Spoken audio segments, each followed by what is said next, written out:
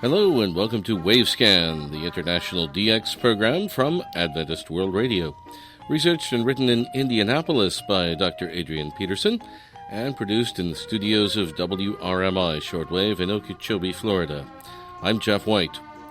Today on Wavescan, the Philippine Radio Story, Part 11, Press Wireless Returns to the Philippines, Part 2. The world's smallest radio station. Our special QSL of the week is Benin, hard to hear and difficult to QSL. And of course our Philippine DX report from Henry Umarhay.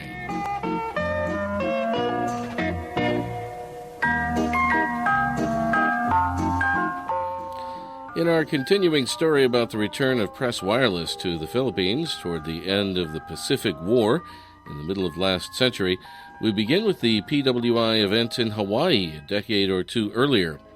Press Wireless was founded in the United States in 1929, and they began to develop their own worldwide network of shortwave stations for the two-way flow of news, information, and reports. It is stated that PWI was serving 62 countries worldwide in the 1930s, and at the peak of their international development, they operated 100 transmitters in their own shortwave stations located in North and South America and in the Philippines. Some news transmissions were by high-speed berm in Morse code, and others were voice reports for rebroadcast on network radio stations in the United States. An official government listing for June 30th, 1930, shows that a total of 13 shortwave frequencies were registered for a new PWI station located near Honolulu in Hawaii. This new shortwave station was designed for communication with PWI at Belmont, south of San Francisco in California. It was constructed in 1932 and allocated the call sign KDG. Soon after station KDG was inaugurated, PWI lodged a complaint with government authorities in Washington, D.C., stating that a European station, FYR, located at Lyon in France, was causing interference to the reception in California from their Honolulu station. Station KDG was transmitting on its allocated frequency of 11,640 kHz, and the station in France was allotted the neighboring channel 11,650 kHz, though it was putting out an unstable signal a little lower in frequency. There are no known monitoring reports of the shortwave station in Honolulu, KDG, probably due to its apparent low-powered operation, and also to the fact that its news transmissions must have been in high-speed Morse code. At the end of 10 years of on-air service, that is, early in the year 1941, Press Wireless abandoned its Hawaiian shortwave station, due no doubt to the availability of other stations that were in use for the transmission of news information. However, some 3 years later again, on April 14, 1944, PWI filed an application with the FCC for a new shortwave station in Hawaii. The transmitter for this station was planned for installation at Ewa, on the south coast of the capital city island Oahu, on the western edge of Honolulu. There is no further information regarding this projected shortwave station, and it is presumed that it was never installed, due to wartime shortages of equipment and personnel. Perhaps also PWI was aware that difficult financial times were ahead of them.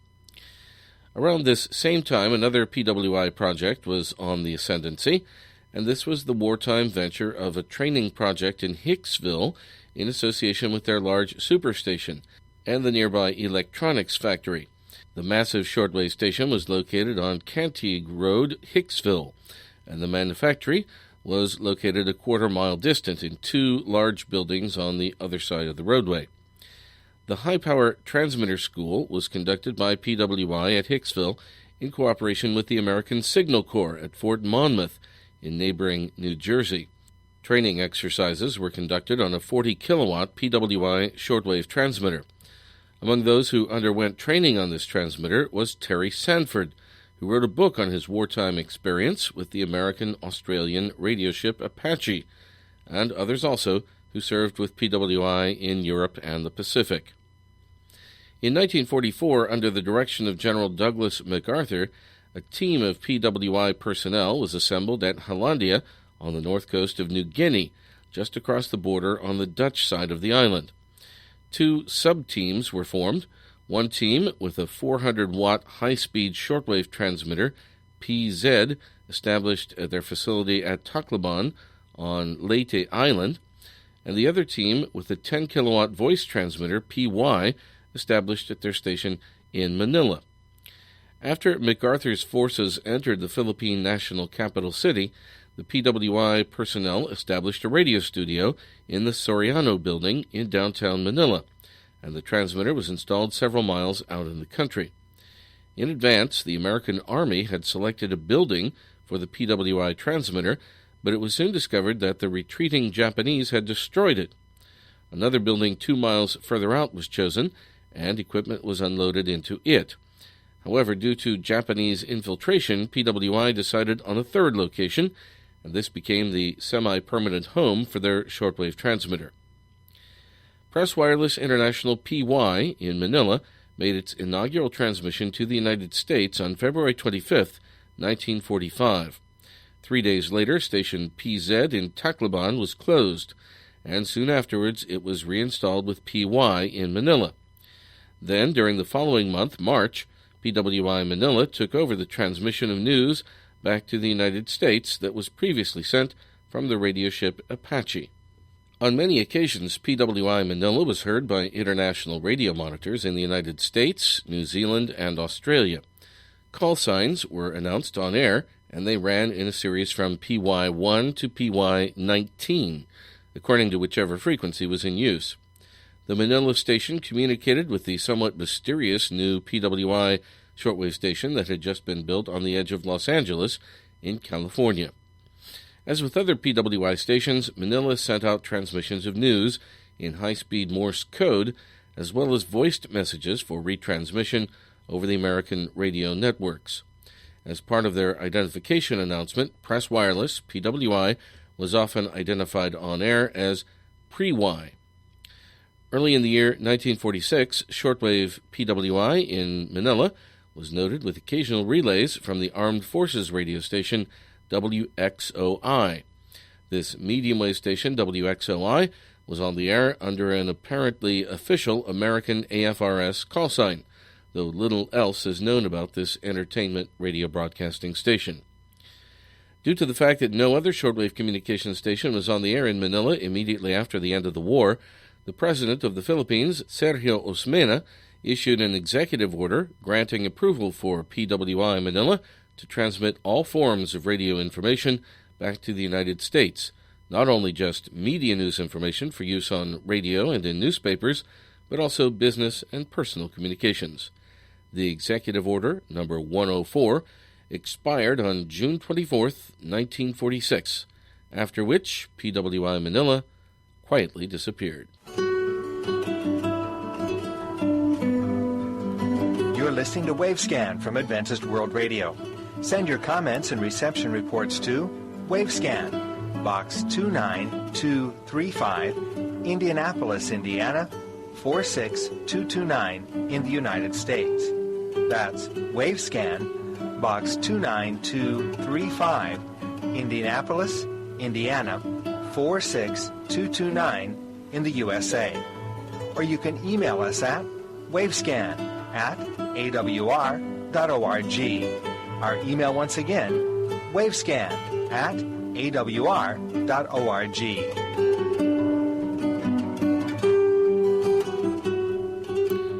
Thank you, Ellen Graham.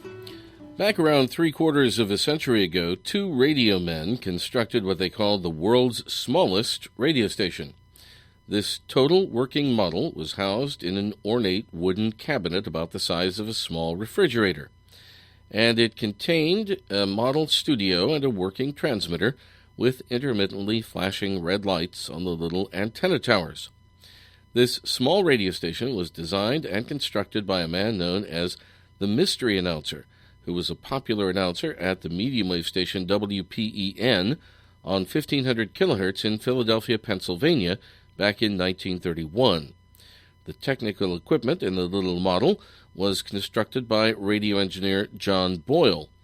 It took this 2-man team of cooperating radio personnel 10 months to construct their miniature radio station.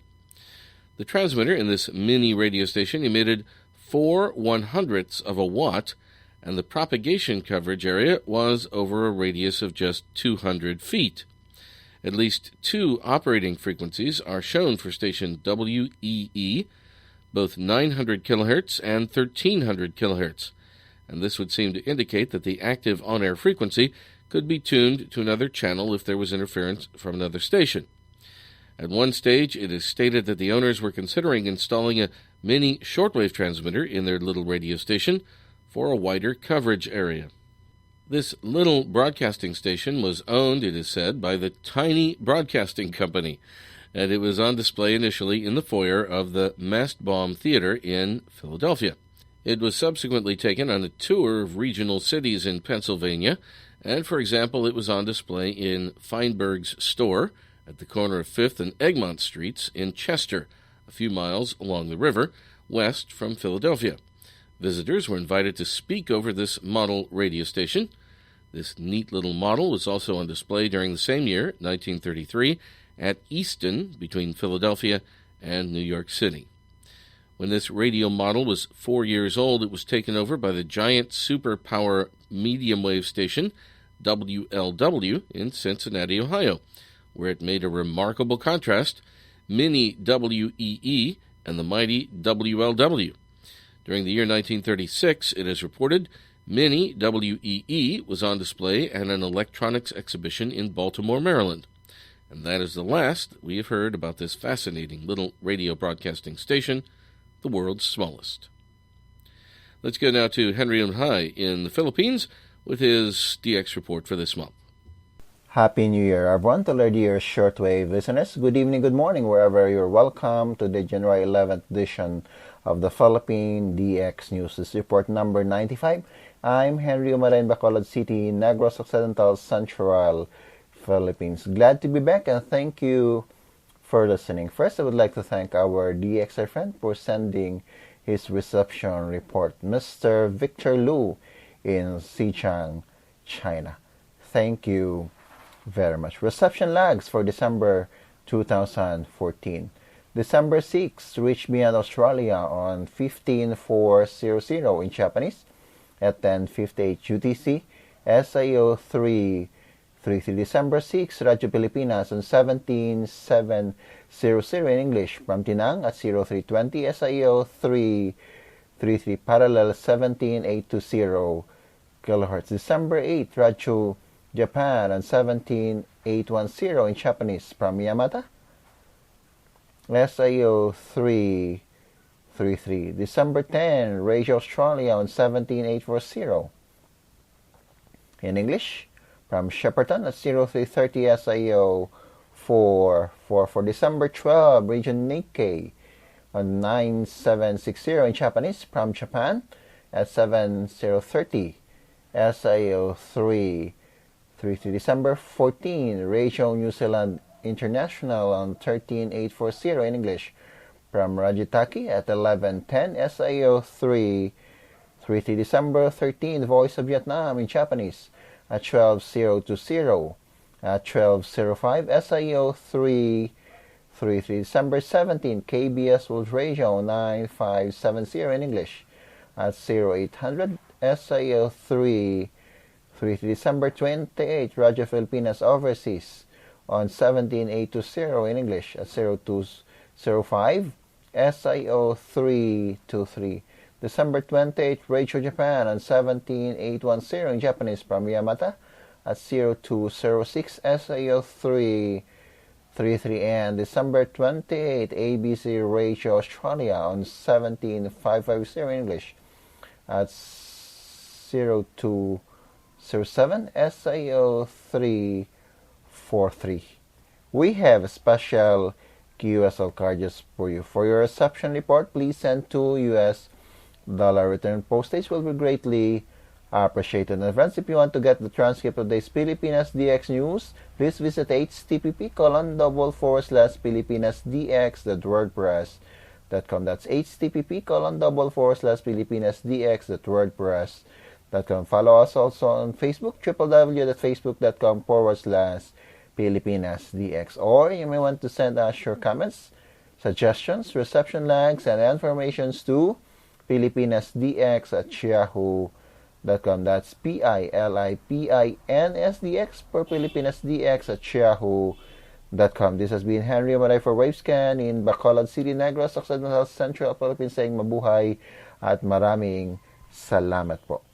Thank you, Henry. In late September last year, the European DX Council held its annual conference on the French Riviera, organized by Christian Guibaudot.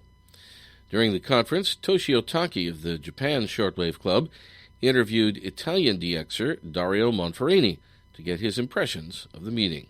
The main idea was to organize a visit to Monaco radio station and also to attract people who want a relaxing weekend, because the meeting or the conference is in the little village of San Dalmas, which is located in a strategic position near the borderline with Italy and just 50 kilometers from Monaco, easily arriving by a road.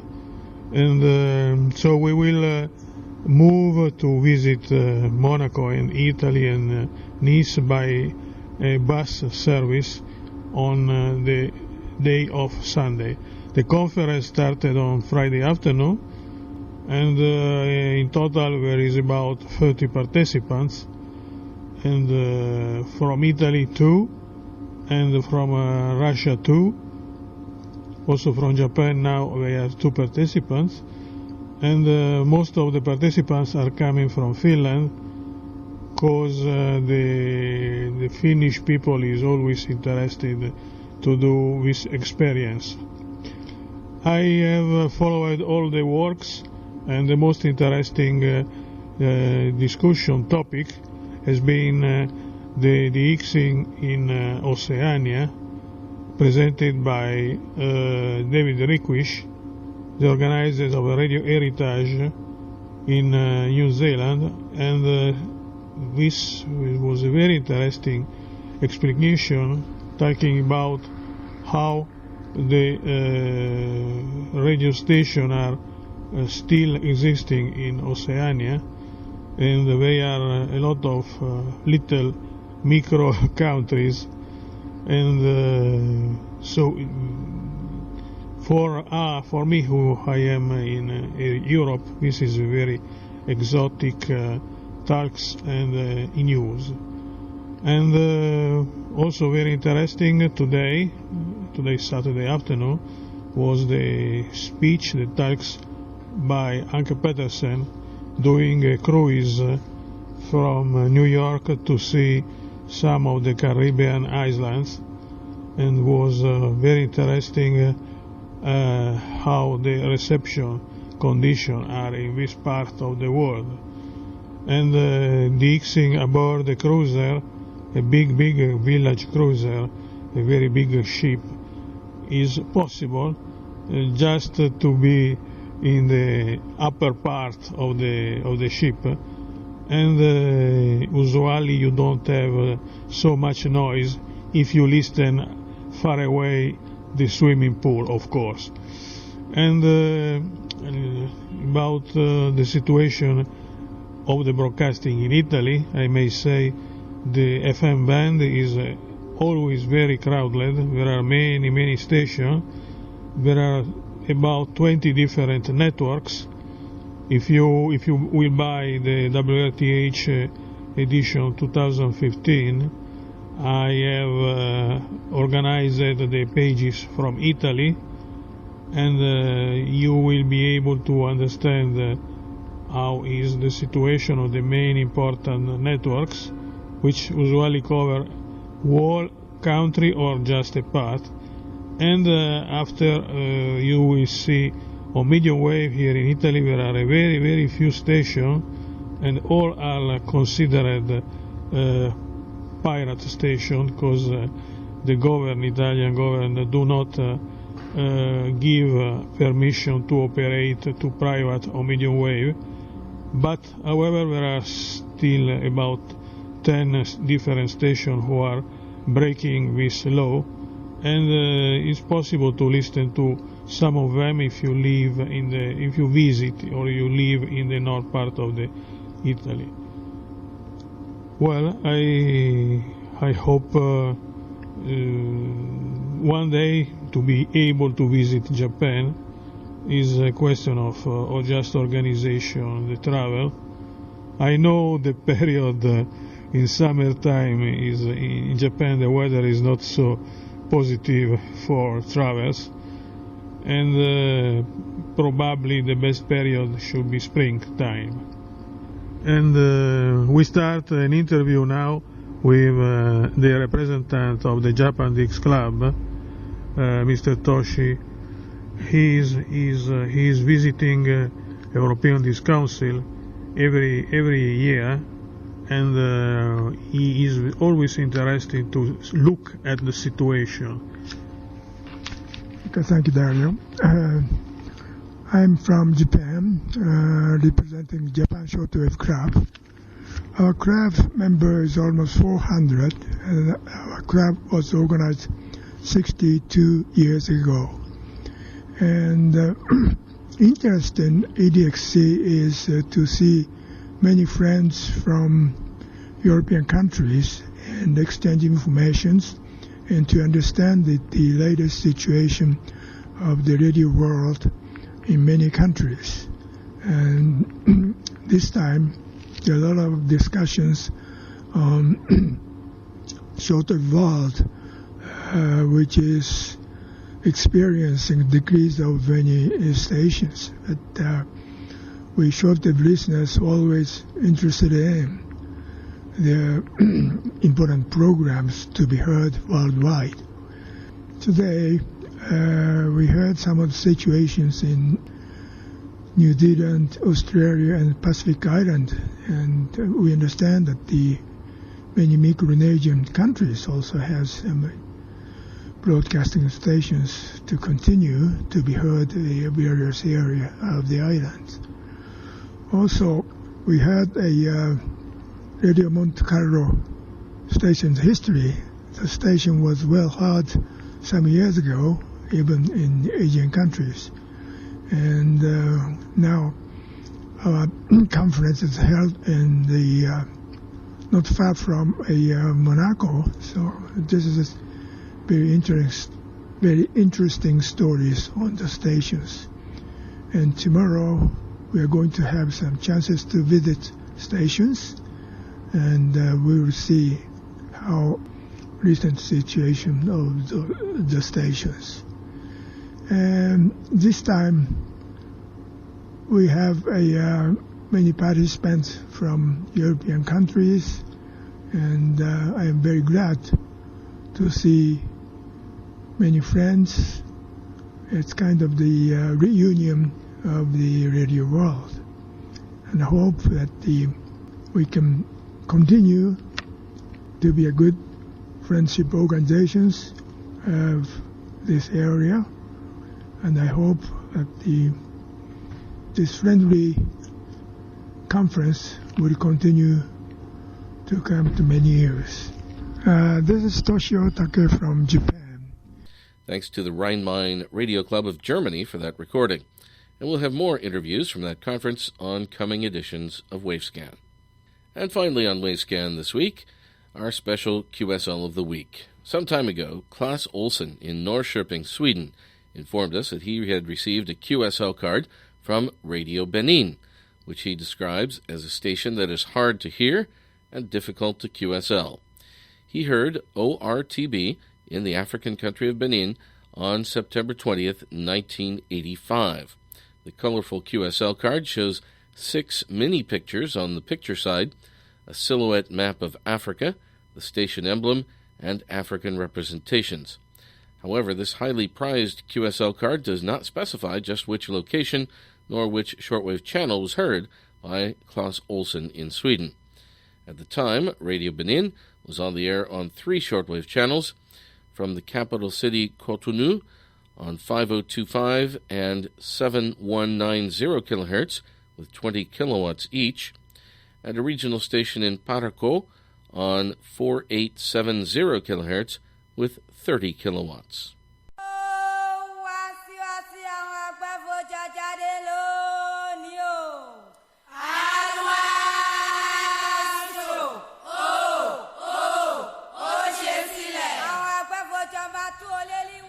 Well, we end today's edition of Wavescan with some traditional music from Benin. Thanks for listening to Wavescan, the international DX program from Adventist World Radio, researched and written in Indianapolis by Dr. Adrian Peterson. Next week, focus on the South Pacific. We return to the French island for part 2 in the radio story on New Caledonia. Underwater radio and international radio news. All that coming up next week on Wavescan. Reminder, we have several QSL cards available. You can send your AWR and KSDA reception reports for Wavescan to the Adventist World Radio address in Indianapolis that we'll give you in a moment, and also to the station your radio is tuned to, WWCR, KVOH, or WRMI, or to the AWR relay stations that carry Wavescan. Remember, too, you can send a reception report to each of the DX reporters when their segment is on the air here in Wavescan. They are from Japan, Bangladesh, the Philippines, Australia, and India. They will verify with the colorful QSL card. Return postage and an address label are always appreciated. Our Wavescan address is Wavescan, Box 29235, Indianapolis, Indiana, 46229, USA. That's Wavescan, Box 29235, Indianapolis, Indiana, 46229, USA. Our email address is wavescan@awr.org. That's wavescan@awr.org. I'm Jeff White at WRMI in Okeechobee, Florida. Till next time, good listening, everyone.